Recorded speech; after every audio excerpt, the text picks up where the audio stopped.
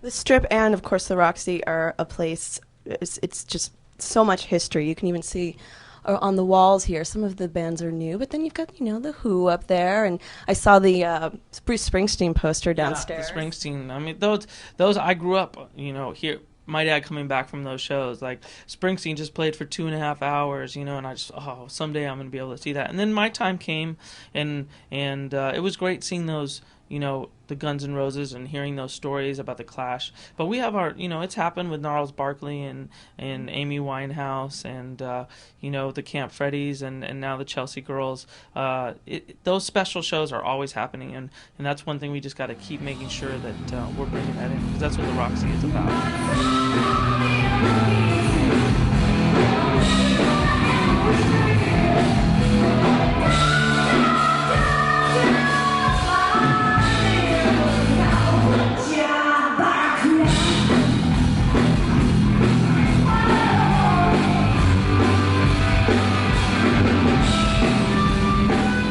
Someone like Bruce Springsteen, who started here and now is selling out huge stadiums.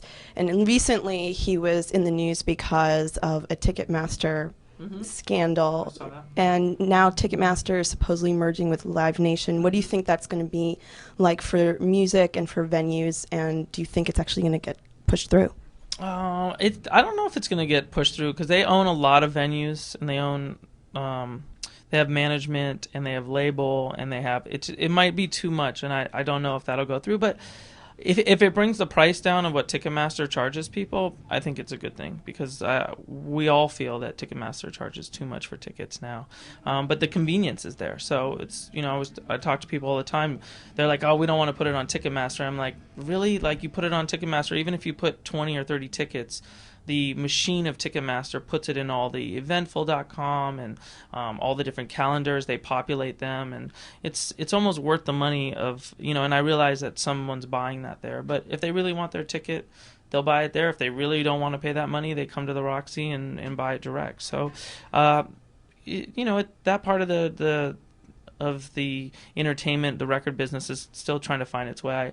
I assume that eventually, an Interscope would probably make some type of deal with an AEG in some type of management entertainment, just like Azoff and Live Nation and Ticketmaster has done. So it's probably at the end, there's only going to be a couple different people that we deal with, and then a whole bunch of independent. And that's, you let these people kind of go on the top. And then if I want to be an independent artist, I go in my house and I make a record and I do some artwork and I put it on iTunes and I put it on the digital things, and I make a cheap video and I put it on YouTube, and if people want to buy it.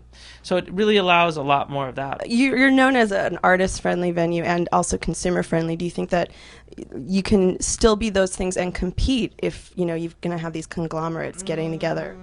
Yeah, those shows are always going to be, that's always a $40, $50 ticket, going to pretty much any Live Nation. The other night we had Nico Vega play here.